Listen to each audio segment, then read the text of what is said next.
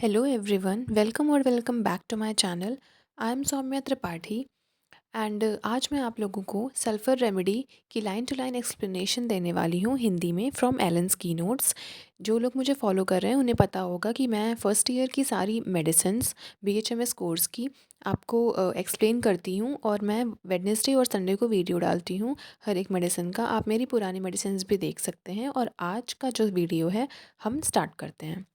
तो जो sulphur remedy होती है उसका कॉमन नेम है ब्राइमस्टोन। इसे फ्लावर्स ऑफ सल्फ़र भी कहते हैं, बट इसका इम्पॉर्टेंट ब्राइमस्टोन याद रखना इम्पॉर्टेंट है। और ये एलिमेंट है, जो एलिमेंट होता है ना सल्फ़र, वही इस मेडिसिन में यूज़ होता है। तो अब हम देखते हैं इसका कॉन्स्टिट्यूशन। कॉन्स्टिट्यूशन में है adapted to persons of a scrofulous diathesis subject to venous congestion specially of a portal system। मतलब ये उन persons के लिए है ये रेमेडी जो स्क्रोफुलस डायथिसिस के होते हैं। डायथिसिस का मतलब बेसिकली ये होता है कि कोई एक पर्टिकुलर डिजीज़ होने की बार बार टेंडेंसी होना। तो इन पर्सन्स में स्क्रोफुलस डायथिसिस होती है। स्क्रोफुलस का मतलब होता है ग्लैंडुलर स्वेलिंग। अगर किसी भी टाइप के ग्लैंड में स्वेलिंग हो जा रही है और वो बार बार उसकी टेंडेंसी है उस पर्सन में, तो उसको हम बोलते हैं scrofulous diathesis. Subject to venous congestion specially of portal system. Veins में कंजेशन हो जाता है, बहुत टाइट टाइट सा लगता है, स्पेशली पोर्टल सिस्टम की जो वेन्स होती हैं उसमें। नेक्स्ट है persons of nervous temperament, quick motion, quick tempered, plethoric. मतलब ये उन पर्सन्स में होता है जिनका जो टेम्परामेंट होता है ना वो नर्वस होता है। मतलब कि वो हर समय किसी भी बात को लेके नर्वस हो जाएंगे। और क्विक मोशन, क्विक टेम्पर्ड, मतलब कि क्विक मोशन मतलब हर काम जल्दी जल्दी में करना चाहेंगे, बहुत ज़्यादा अफरा तफरी में रहेंगे, हर समय जल्दी जल्दी काम करेंगे। क्विक टेम्पर्ड का मतलब होता है उनका जो टेम्पर होता है बहुत जल्दी चेंज होता है, कभी भी गुस्सा आ जाएगा, कभी भी दुखी हो जाएंगे, कभी भी खुश हो जाएंगे, उनके टेम्परामेंट में चेंजेस बहुत जल्दी आते हैं। Plethoric, skin excessively sensitive to atmospheric changes. Plethoric मतलब कि उनका जो फेस होगा वो रेड होगा और स्किन जो होती है उनकी वो बहुत ज़्यादा सेंसिटिव होगी, किससे? एटमॉस्फेरिक चेंजेस से। अगर एटमॉस्फेयर में चेंजेस आएगा तो उनके स्किन में भी कुछ ना कुछ चेंजेस आएंगे। नेक्स्ट है for lean stoop shouldered persons who walk and sit stooping. Stoop shouldered persons, ये सल्फ़र का बहुत ज़्यादा इम्पॉर्टेंट क्राइटेरिया है कि ये जो कॉन्स्टिट्यूशन होता है इन लोगों का, लीन, पहले तो लीन होते हैं मतलब पतले होते हैं वो लोग, और स्टूप शोल्डर्ड होते हैं मतलब कि ऐसा लगेगा ना कि जैसे झुक के चल रहे हैं। Who walk and sit stooping, चलेंगे भी झुक के और बैठते भी झुक के हैं, जैसे कि शोल्डर्स उनके झुके हुए हों। और walk stooping like old man, मतलब कि जैसे बूढ़े लोग हो जाते हैं तो वो जैसे झुक के चलने लगते हैं ना, तो वैसा जैसा देखने को मिलता है। जब बूढ़े लोग चलते हैं तो एकदम वैसा ही बॉडी पोस्चर उन लोगों का होता है जो सल्फ़र के पेशेंट्स होते हैं, और इसीलिए वो चलते भी झुक के हैं और बैठते भी झुक के हैं। Children can not bear to be washed और बाथ्ड। चिल्ड्रन में ये कॉन्स्टिट्यूशन कॉमनली ये देखा जाता है कि उन्हें बिल्कुल भी वॉश करना, मतलब मुंह धुलाना, उनका बच्चों को पसंद नहीं होता, ना ही उन्हें ये पसंद होता है कि उन्हें कोई नहलाए। तो उनको मतलब बच्चों को एवर्जन होता है बहुत ज़्यादा नहाने से। नेक्स्ट है emaciated, big bellied, restless, hot, kick off the clothes at night. तो जो बच्चे होते हैं वो पहले तो एमेसिएटेड होते हैं, पतले दुबले पतले दिखेंगे, ऐसा लगेगा कि बहुत कमज़ोर हो गए हैं। लेकिन उनकी जो बेली होती है ना वो बिग होती है, मतलब उनका जो पेट होता है वो निकला हुआ होता है। रेस्टलेस होते हैं बहुत ज़्यादा, इधर उधर मतलब एक जगह नहीं बैठ पाएंगे, इधर उधर जाएंगे कभी ना कभी। और हॉट होते हैं, मतलब उनकी बॉडी हॉट होती है और इसीलिए उन्हें इतनी गर्मी लगती है कि वो रात में अपने कपड़े फेंक के सोते हैं। ऐसा लगता है कि किक ऑफ कर दे रहे हैं अपने क्लॉथ्स ना रात में, ठीक है। emaciated, big bellied, restless, hot, kick off the clothes at night। emaciated का मतलब मैंने बता दिया था कि पतले लगते हैं और बिग बेली होती है इनकी। उसके बाद आते हैं have worms but the bed selected remedy fails. मतलब कि ये जो बच्चे होते हैं सल्फ़र के, उनके पेट में कीड़े पड़ जाते हैं, और अब हम ये वाली मेडिसिन सल्फ़र इनको तब प्रिस्क्राइब करते हैं जब और कोई मेडिसिन जो बेस्ट सेलेक्टेड होती है वो फेल कर जाती है। जब वो काम नहीं कर पाती तब सल्फ़र दी जाती है। नेक्स्ट पॉइंट है dirty filthy people prone to skin affections. मतलब ये जो पेशेंट्स होते हैं सल्फ़र के वो बहुत गंदे रहना चाहते हैं। फिल्दी पीपल होते हैं, बिल्कुल नहाना धोना नहीं चाहते, गंदे गंदे रहते हैं। और क्योंकि ये गंदे रहते हैं तो इनके अंदर स्किन अफेक्शंस होने की बहुत चांसेस होते हैं, इनको स्किन अफेक्शंस बार बार होते रहते हैं। नेक्स्ट हम आते हैं इसके मेंटल्स पे। Happy dreams wakes up singing. ये जो पेशेंट्स होते हैं सल्फ़र के, इनको सपने आते हैं, हैप्पी वाले सपने आते हैं, खुश खुश सपने आते हैं, और क्योंकि ये खुश रहते हैं तो इसलिए उठते भी सुबह में गाना गाते हुए हैं, मतलब बहुत खुशी खुशी उठते हैं ये सुबह। नेक्स्ट है everything looks pretty which the patient takes a fancy to, even rags seem beautiful. मतलब कि हर चीज़ इन्हें अच्छी लगती है, जो भी मतलब इनके अंदर इच्छा होती है वो सोच सोच के ये खुश होते रहते हैं, हर चीज़ इन्हें प्रिटी लगती है। इवन रैग्स सीम ब्यूटीफुल, मतलब क्योंकि ये गंदे रहते हैं तो क्या होता है कि कूड़ा कचरा भी कहीं पड़ा हो या कहीं डिसऑर्गेनाइज सामान भी पड़ा हो, रैग्स भी हों, तो भी ये उसको अच्छा ही लगता है। Too lazy to rouse himself, too unhappy to live. इतना लेज़ी होता है ये पेशेंट सल्फ़र का कि अपने आप को उठाना ही ज़रूरी नहीं समझता, बहुत लेज़ी होता है। और टू अनहैप्पी टू लिव, मतलब ज़िंदा रहने की इसमें इच्छा नहीं होती, बहुत ज़्यादा अनहैप्पी फ़ील करता है ज़िंदा रहने के लिए। नेक्स्ट पॉइंट है movement in abdomen as of a child. इनको ऐसा फील होता है कि इनके एब्डोमेन में कुछ मूवमेंट हो रही है, जैसे कि चाइल्ड हो, जैसे कि जब प्रेगनेंसी में नहीं बच्चा पेट में लात मारता है तो उस टाइप की फीलिंग होती है, जैसे कि इनके एब्डोमेन में कोई बच्चा प्रेजेंट हो। नेक्स्ट हम देखते हैं फिजिकल जनरल्स। इसके फिजिकल जनरल्स बहुत इंपॉर्टेंट हैं, ध्यान से देखिएगा। Aversion to being washed, always aggravated after a bath. मतलब कि मैंने पहले भी बताया था कि जो इसके पेशेंट्स होते हैं उनको, मतलब चिल्ड्रन के केस में बताया था, बट मेजरली सारे पेशेंट्स में ऐसा होता है कि एवर्जन होता है उनको नहाने से, उनको नहाना बिल्कुल नहीं पसंद है। इनकी कंप्लेंट्स जो होती हैं वो एग्रीवेट करती हैं नहाने के बाद।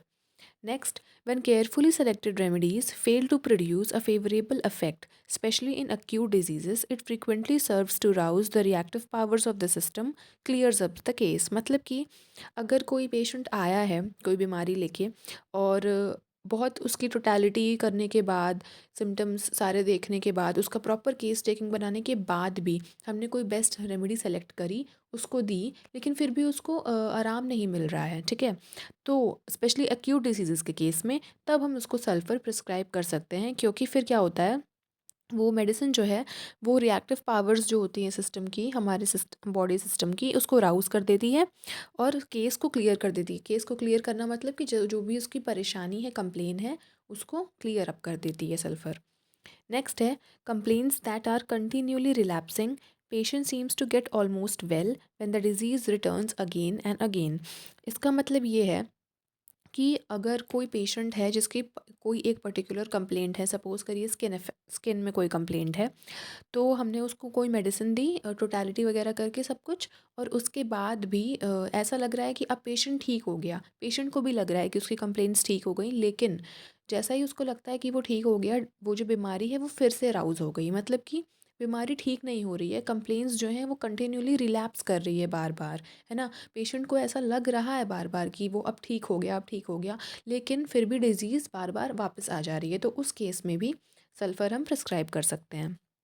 नेक्स्ट है standing is the worst position for sulphur patients, they can not stand, every standing position is uncomfortable. ये इसका बहुत बहुत इंपॉर्टेंट पेक्यूलियर पॉइंट है कि standing is the worst position. Sulphur patients जो होते हैं उनके लिए खड़ा होना बहुत दिक्कत देता है, उन्हें खड़ा होना बिल्कुल नहीं पसंद होता है, वो खड़े नहीं हो पाते हैं। स्टैंड मतलब खड़े होने की हर पोजीशन उनके लिए अनकंफर्टेबल ही है, उन्हें खड़ा नहीं हुआ जाता उनसे। तो इस चीज़ पे तो हम आँख बंद करके सल्फ़र प्रिस्क्राइब कर देते हैं, क्योंकि सल्फ़र पेशेंट्स का सबसे पेक्यूलियर पॉइंट यही है कि स्टैंडिंग उनकी वर्स्ट पोजीशन है, वो किसी भी पोजीशन में खड़े होना बेयर नहीं कर सकते। नेक्स्ट है scrofulous psoric chronic diseases that result from suppressed emotions. Scrofulous होता है, ये मैंने पहले भी बताया था, सोरिक मियाज्म प्रेजेंट होता है सल्फर के बिहाइंड, और chronic diseases that result from suppressed emotion. कोई भी क्रोनिक डिजीज़ जो सप्रेस्ड इमोशन की वजह से, कोई भी सप्रेस्ड इमोशन हुआ, जैसे कि मान लीजिए ग्रीफ हुआ, एंगर हुआ, किसी के ऊपर गुस्सा है जो निकल नहीं पा रहा है। सप्रेस होने का मतलब ये है कि हम किसी से नाराज़ हैं या हम किसी से गुस्सा हैं, लेकिन हम उससे बोल नहीं पा रहे हैं, तो वो इमोशंस हमारे अंदर जो हैं वो सप्रेस हुए हैं, है ना, हम उसको बाहर नहीं निकाल पा रहे हैं किसी भी वजह से। तो अगर इमोशन को सप्रेस करने की वजह से, जैसे कई लोग होते हैं बहुत ज़्यादा शाय होते हैं, अपनी बातों को नहीं बोल पाते, कुछ लोग ऐसे भी होते हैं जो मुंहफट होते हैं, बोल देते हैं सबको, लेकिन कुछ ऐसे भी लोग होते हैं जो अपने अंदर क्या चल रहा है, उन्हें क्या बात बुरी लगी है, उसको वो एक्सप्रेस नहीं कर पाते बहुत आसान से।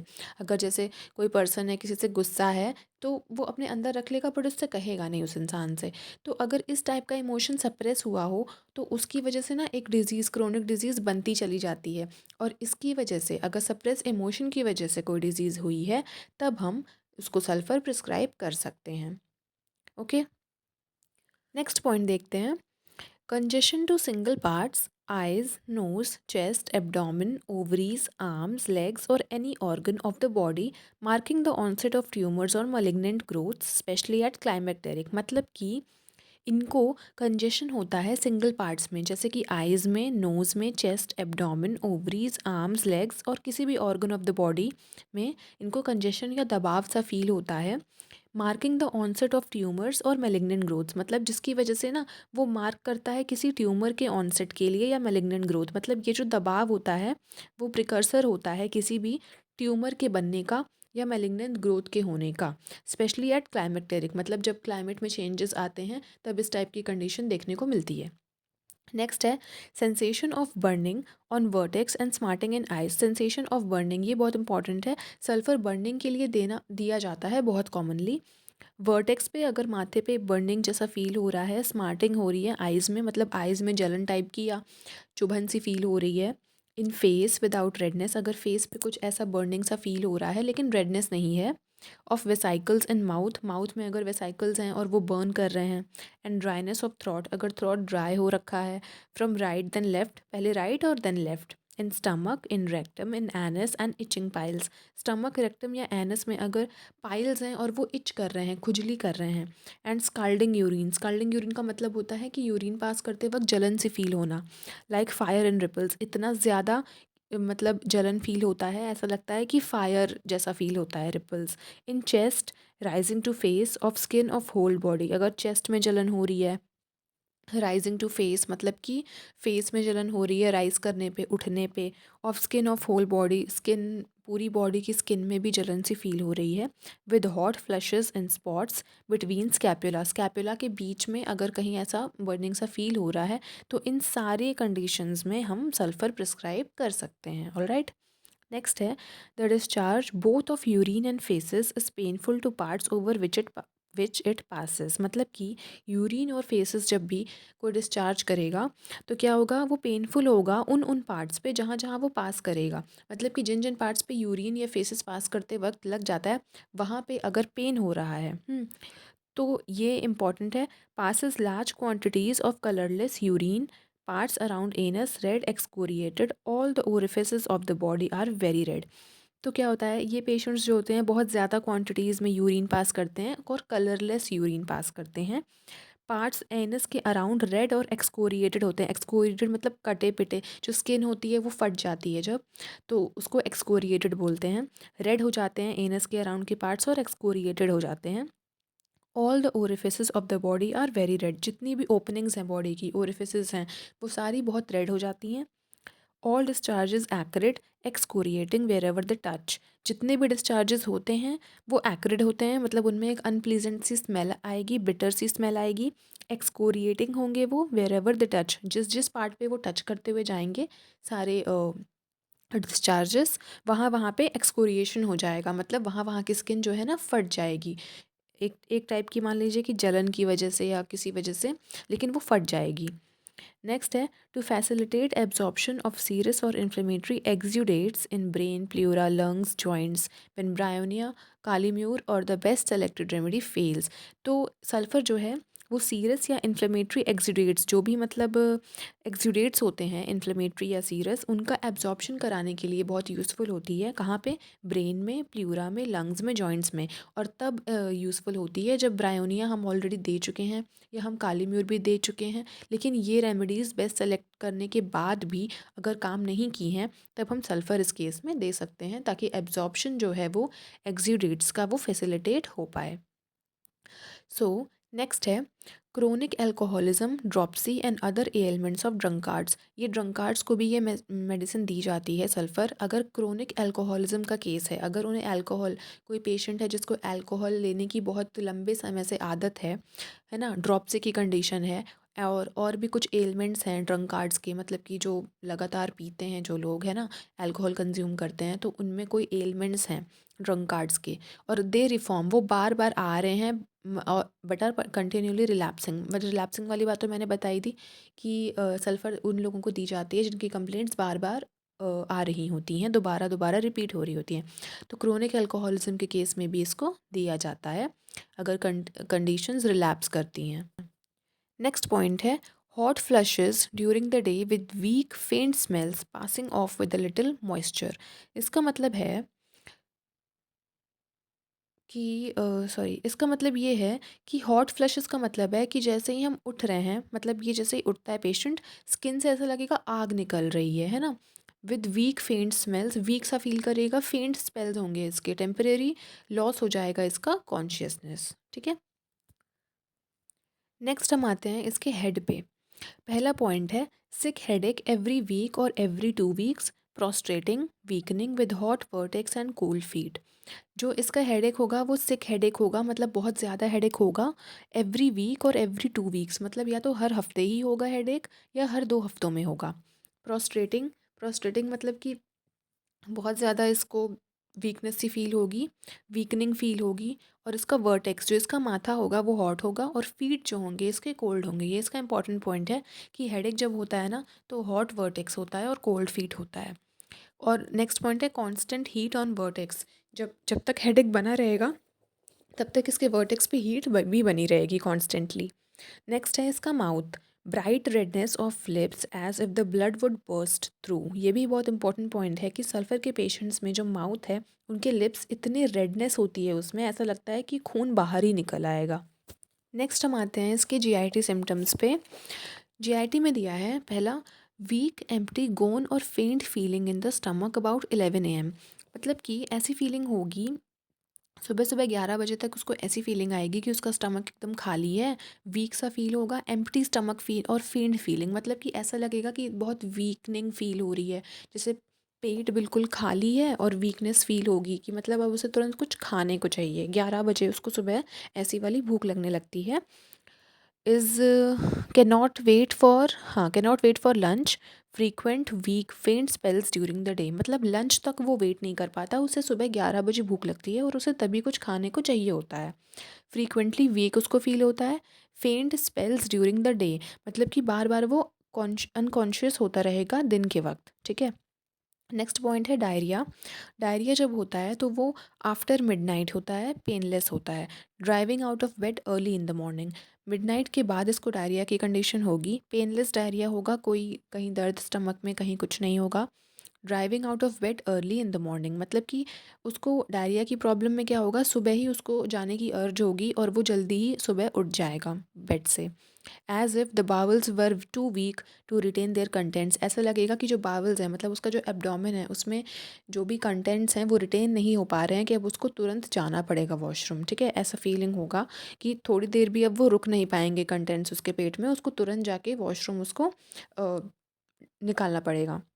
नेक्स्ट है कॉन्स्टिपेशन। अगर कॉन्स्टिपेशन होता है तो स्टूल्स हार्ड होते हैं, नॉटी होते हैं, dry as if burned. Stools बहुत हार्ड होंगे, नॉटी होंगे, और ऐसा लगेगा कि इतने रूखे से निकलेंगे जैसे कि लगेगा बर्नड हैं, जले जले से फील होंगे। लार्ज और पेनफुल होंगे, बहुत ज़्यादा पेन होगा जब स्टूल पास होगा तो।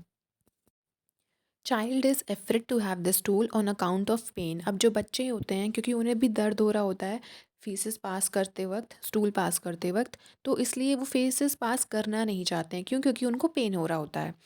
नेक्स्ट है और pain compels child to desist on first effort. मतलब कि जब वो अ, उसको पास करने की कोशिश करते हैं ना, तो उनको पेन होता है, चाइल्ड को पेन होता है, तो इसलिए वो रेजिस्ट करता है कि वो एफ़र्ट ना लगाए, क्योंकि एफ़र्ट लगाने में उसको दर्द हो रहा है। ऑल्टरनेटिंग विद डायरिया, और जो कॉन्स्टिपेशन है वो ऑल्टरनेट करता है डायरिया से। ठीक है, नेक्स्ट पॉइंट है haemorrhoids that have been treated with ointments. Haemorrhoids की कंडीशन होगी उन, मतलब हेमोरॉइड्स जो भी ऑइंटमेंट्स से अगर ट्रीट किए गए हैं, ऑइंटमेंट्स लगा के ट्रीट करने की जिन्हें कोशिश की गई हो, उन हेमोरॉइड्स के कंडीशन में भी सल्फ़र दी जा सकती है। नेक्स्ट है female reproductive system. Menses too early, profuse, protracted. मतलब कि जो मेंसेस हैं वो बहुत जल्दी आएंगे, प्रोफ्यूज़ होंगे मतलब बहुत हैवी ब्लीडिंग होगी। प्रोट्रैक्टेड मतलब कि लॉन्ग लास्टिंग होंगे। नेक्स्ट है menorrhagia has not been well since her last miscarriage. Menorrhagia वो कंडीशन होती है जब बहुत ज़्यादा दिन तक मेंसेस आ रहे होते हैं और ये ब्लीडिंग भी काफ़ी हो रही होती है। मोर देन 7 डेज़ अगर मेंसेस आ रहे हैं तो वो मेनोरेजिया की कंडीशन होती है। तो अगर मिसकैरेज हुआ था लास्ट और तब से लेके अभी तक ब्लीडिंग कंटिन्यूड ही है, मेनोरेजिया ख़त्म ही नहीं हुआ है, उस कंडीशन में देते हैं। और लिप्पे ने बोला था कि a single dose at new moon, मतलब कि अगर एक सिंगल डोज न्यू मून पे दी जाए तो ये ठीक हो जाएगा मेनोरेजिया, ये लिप्पे ने कहा था। नेक्स्ट हम आते हैं इसके रेस्पिरेटरी सिस्टम पे।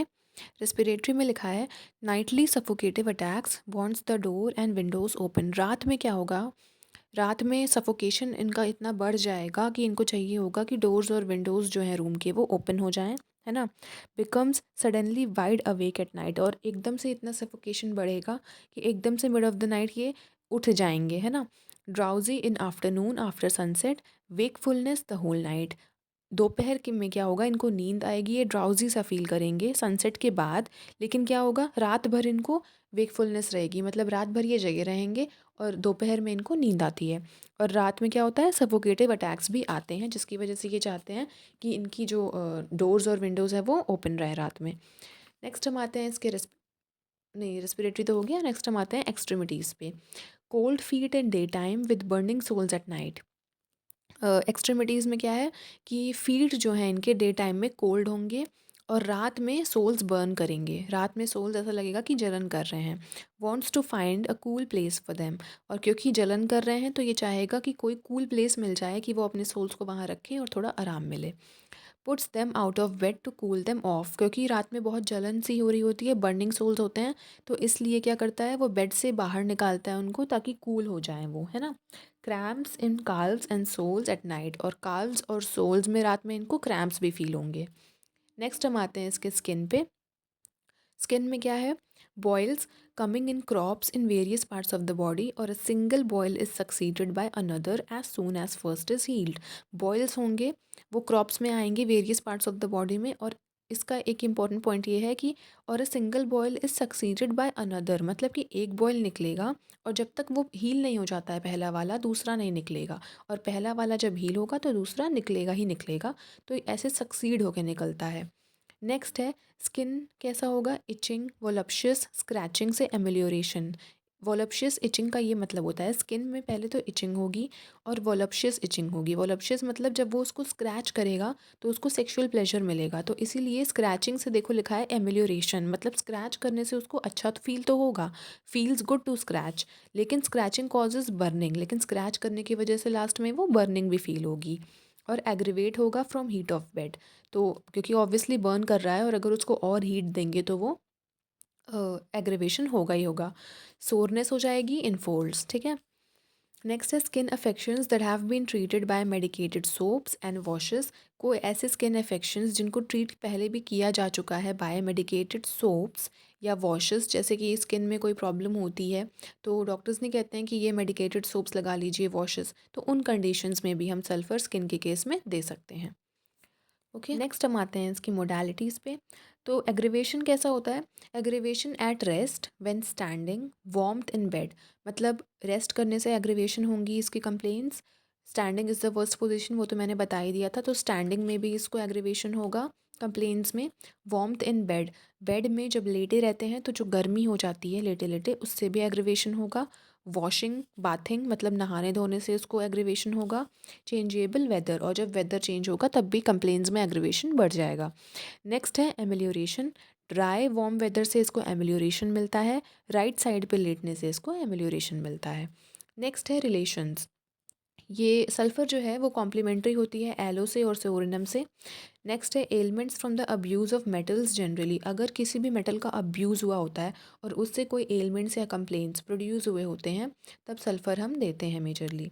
नेक्स्ट है compatible to calcarium, lycopodium, pulsatilla, sarsaparilla, sepia, ये इन सारे मेडिसिन से सल्फ़र कंपैटिबल होती है। नेक्स्ट है सल्फ़र कैल्केरिया, लाइकोपोडियम और सल्फ़र सार्सिला एंड सेपिया, तो ये तीन के कॉम्बो में और ये तीन के कॉम्बो में frequently follows in given order, मतलब सल्फ़र के बाद कैल्केरिया, कैल्केरिया के बाद लाइकोपोडियम, ये तीन का एक ग्रुप ये फॉलो करता है और एक और ग्रुप दिया है सल्फ़र, सार्सेलिना और सेपिया। इन 3 का एक ग्रुप, मतलब सल्फ़र के बाद सार्सेलिना और सार्सेलिना के बाद सेपिया। ये तीनों मेडिसिन्स एक दूसरे को, मतलब एक दूसरे को नहीं, जिस ऑर्डर में दिया है उसी ऑर्डर में ये फ़ॉलो करती हैं, ठीक है। नेक्स्ट है Calcarea must not be used before sulphur. Sulphur के पहले कभी भी कैलकेरिया हमें नहीं प्रिस्क्राइब करनी है। और sulphur is the chronic of aconite and follows it well in the pneumonia and other acute disease.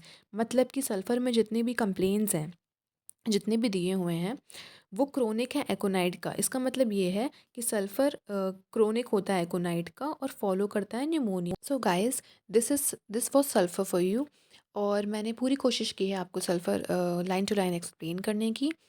तो इसी तरह से मेरे और वीडियोस देखने के लिए मेरा चैनल सब्सक्राइब कीजिए। Thank you for watching. Bye bye.